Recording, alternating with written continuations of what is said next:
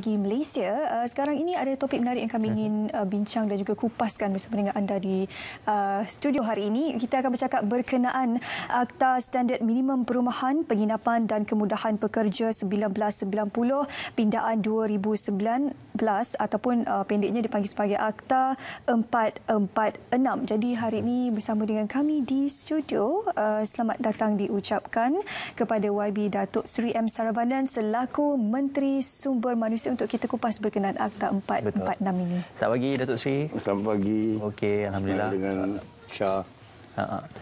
Baik, alhamdulillah Datuk Seri, untuk kita melihat dan juga memberikan penelitian lebih mendalam terhadap Akta 446 ini, dahulunya Akta 446 ini memberikan satu standard yang minimum kepada isu-isu tentang pekerja asing dan juga isu-isu kebajikan pekerja asing. Cuma kali ini diberikan satu penjelasan iaitu Akta Standard Minimum Perumahan dan juga Kemudahan Pekerja. Jadi dalam hal Akta 446 ini, apakah antara perkara-perkara asas peruntukan dan juga kita kata kerangka undang-undang yang diberikan perhatian dalam Akta 446 yang disebutkan? Kebetulannya Akta 446 ni bukan satu akta baru. Telah pun diperkenalkan sejak tahun 1990. Betul.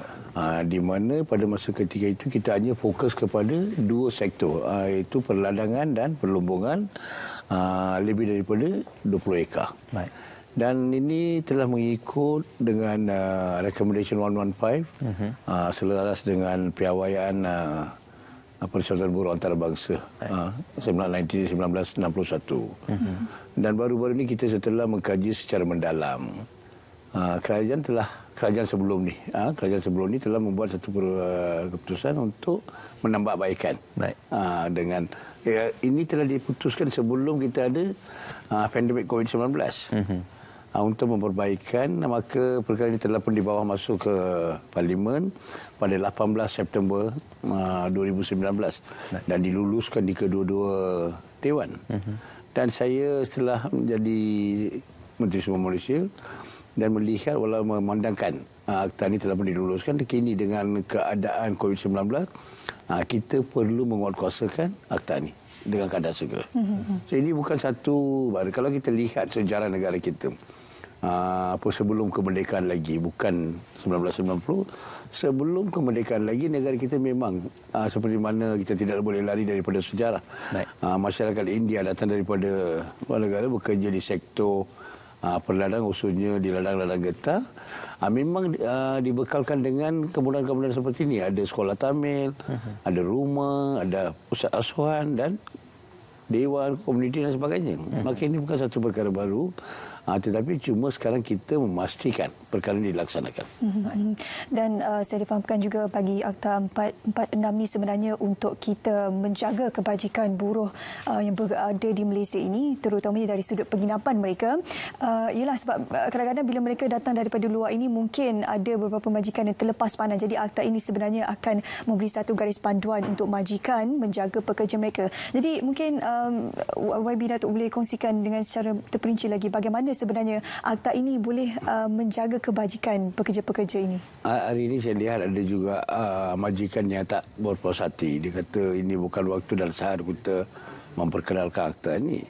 Kebetulannya ini bukan hanya kehendak negara kita, tetapi ini telah ditetapkan oleh Pertubuhan Buruh Antarabangsa sebagai satu standard minimum di mana tanggungjawab kerajaan untuk memastikan pekerja-pekerja, tak kira sama ada pekerja tempatan ataupun pekerja asing, seperti mana disebutkan oleh Pertubuhan Antarabangsa, kedua-dua perlu diberi yang secara sama dan adil.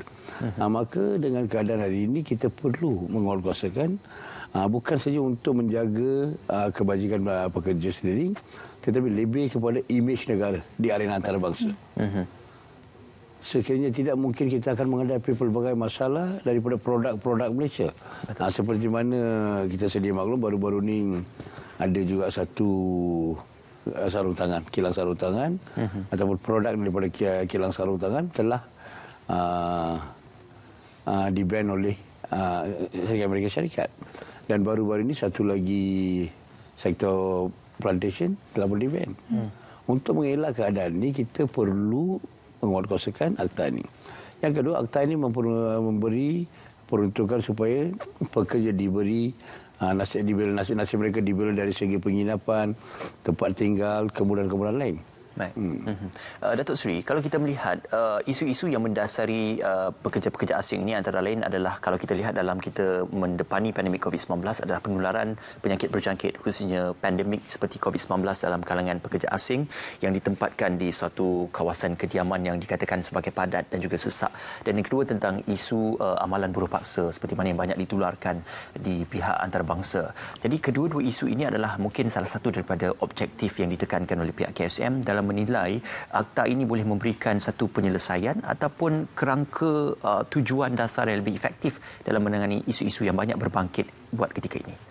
Kalau kita soal pandemik COVID-19 baru je timbul, tetapi apabila akta ini diperkenalkan, kita pernah ada isu-isu lain seperti kucing kencing tikus, TB dan sebagainya. Betul. So kebetulannya pandemik COVID-19 ada tambahan je. Hari ini kita lihat banyak syarikat dah mula menerima pendekatan bahawa mereka harus mengamalkan ke suasana mengikut Akta 446.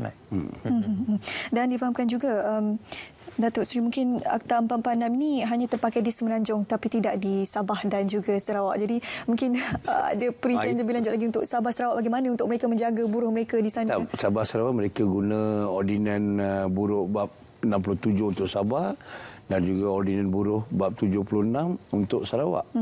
Tetapi kita sedang berbincang dengan pihak Sabah Sarawak, khususnya kepada kerajaan tempatan, supaya kita memperluaskan Akta 446 supaya kita dapat memberi satu cara hidup ataupun kehidupan yang lebih selesa untuk pekerja mereka. Kalau tidak, saya takut mungkin mereka tercicir daripada arus pembangunan. Dan saya percaya ini akan membawa perubahan besar di kalangan pihak daripada Sabah dan Sarawak. Dan baru-baru ini saya telah berjumpa dengan pihak Kedutaan Amerika Syarikat untuk membincang mengenai isu-isu produk-produk kita telah diharamkan ataupun di-ban di Amerika Syarikat. Saya telah dimaklumkan salah satu isunya adalah daripada sektor-sektor perladangan di Sabah dan Sarawak. Memandangkan pekerja-pekerja mereka tiada kemudahan seperti pusat komuniti dan khususnya forced labour ataupun buruh paksa di mana anak-anak mereka tiada peluang-peluang lain seperti kemudahan pendidikan dan sebagainya. Maka dengan adanya kita mengamalkan Akta 446, kita dapat mengatasi masalah ini. Yang kedua, saya lihat hari ini kita jangan selesa sangat apabila mereka mengumumkan Amerika Syarikat ban produk sarung getah dan kelapa sawit. Betul. Mungkin akan mungkin kita akan menghadapi satu lagi masalah besar, by-product daripada getah dan kelapa sawit boleh juga diharamkan. Betul. Ini secara tidak langsung akan merosotkan pendapatan negara. So ini bukan soal hanya Akta 446 ataupun getah dan kelapa sawit. Kita kena lihat keseluruhan. Maka ekonomi sebagai Menteri Sumber Manusia, bukan saja saya fikir mengenai isu buruh, tetapi keseluruhan dari segi ekonomi negara dan sebagainya. Dengan keadaan hari ini kita menghadapi kelembapan ekonomi.